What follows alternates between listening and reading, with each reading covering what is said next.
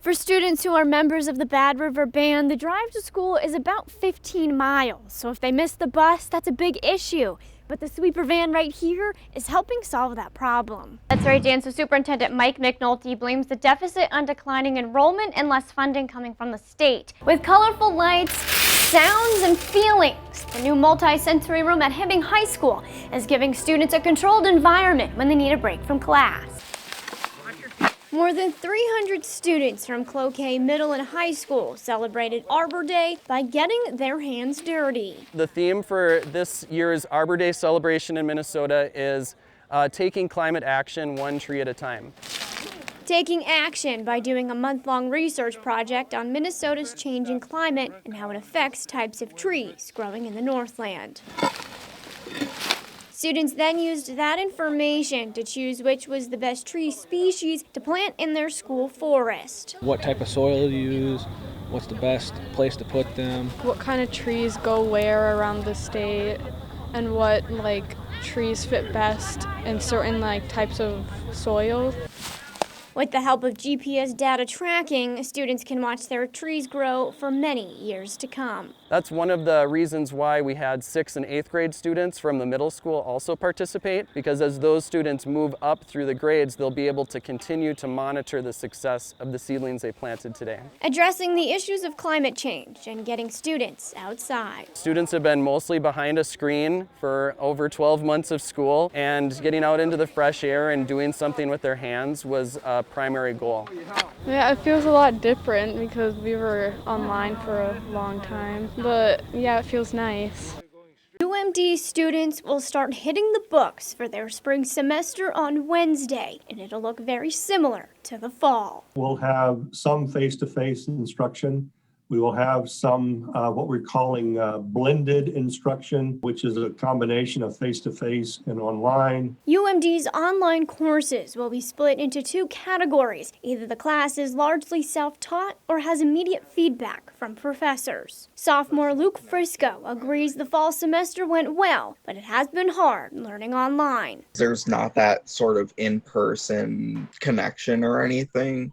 So even if it is like a class that you really enjoy, there's just not the sort of personal connection with either your professors or your classmates. UMD officials say 53% of students have at least one face-to-face class, something Frisco is looking forward to. Even just being on campus for whether it's dropping off a library book or going to work or something, even just being in presence of campus gives a sense of normalcy. UMD officials say they are continuing to follow CDC, state, and local health guidelines in order to limit the spread of COVID-19 on campus. So far, the school saw 600 COVID-19 cases between students, faculty, and staff. And that 600 number is not a bad number if you consider the fact that we have a University of Community of about 12,000. The campus has made changes to its spring break. Students will have 2 days off in March with 3 days off before final exams.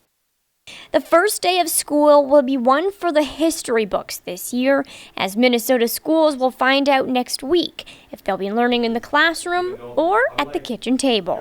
We're focusing primarily on the scenario 2 and 3, which is a hybrid model and a total distance learning model. Educators in the Proctor School District are making plans now while they wait for the state to decide how school will work. One step being taken, new cleaning equipment. Tuesday was the first day staff were able to practice using it. What are we going to do if we have to sanitize and use disinfectant in a different manner? In February, we ordered a Clorox 360. Gosh, globally, there was such a demand that we received ours 2 weeks ago. Other measures being taken, new social distancing signage throughout the schools, all with the Rail Strong motto in mind. That, how people were putting X's on floors, and we wanted to brand our school as who we are and what we think of each other. And so it just makes sense to be Rail Strong and Rail Safe. Changes are not only being made in the classroom, but here out on the ice rink and the other sports in the Proctor School District. Athletic Director Anthony Wood says they won't find out what sports will look like until at least August 4th. I think the thing we don't know is we don't even know what sports are going to be when. Are you going to have spring in the fall? Are you going to have fall in the summer? Spring, still spring. Winter, are they going to be in the winter? But one thing is for sure. Educators are working to make school as normal as possible for students. Current and former Duluth students are calling on the school board to make changes to the district's relationship with the city's police department. The main idea of the petition is that we want to have our school district cut all ties with the Duluth Police Department. Petition organizers say the $230,000 the school district pays the Duluth Police Department should go toward other resources they say students may benefit from. We would like to see the school district use that money instead for support for staff that can help all students, such as social workers or counselors trained specifically in de-escalation. While the petition has almost 500 signatures, school board members say more conversations need to be had. Every 2 years, the board reviews the school resource officer or SRO contracts. They'll be up for review again next month. And it's a good opportunity for stakeholders such as our administrative teams, our